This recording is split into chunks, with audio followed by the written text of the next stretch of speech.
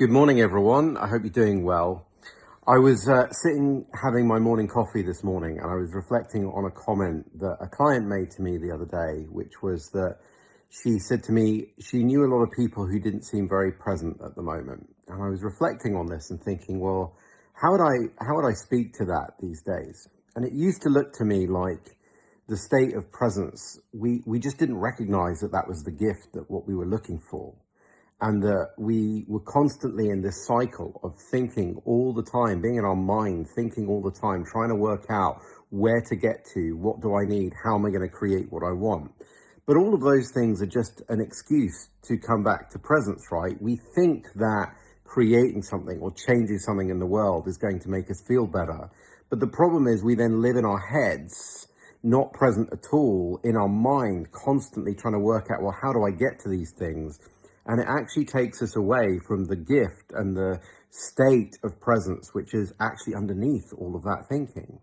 So for me, a lot of it was about helping people recognize, no, presence and the state of well-being and what we're looking for is underneath our thinking mind.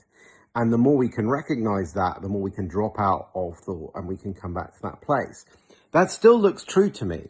But in the world that we live in right now, where there is a lot going on, there is a huge amount going on, it's starting to feel to me like presence is actually a discipline and a practice and something that we have to bring back into our bodies over and over again. And I'll say why. So if you think about, I don't really watch the news and all of that sort of stuff, or I do my best to avoid it as best I possibly can. But the thing is, if you engage with these things, then the news currently is more than ever doom, gloom, fear, scary stuff, and all of that is being registered by your nervous system.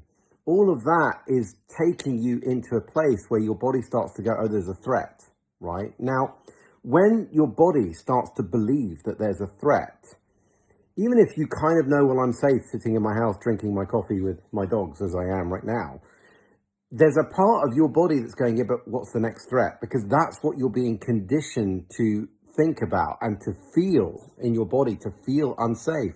And when the body feels unsafe, then what happens is the mind then goes off and tries to work out, well, what's the cause of that lack of safety? And how do I become safe again? It then takes you into your head and away from the state of presence.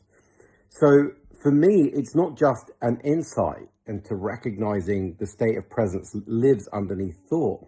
It's also recognizing that even if you see that, a body that is living in a stress response and is conditioned to live in that cycle will send a mind off into a spiral of trying to look for what the threat is, which will take you away from being present. So from my perspective, one of the things that I do is I do breathing practices, I use heart math.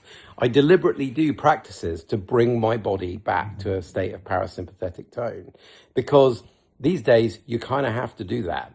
So anyway, just a little reflection here, and I hope you find it helpful. Take care. Bye.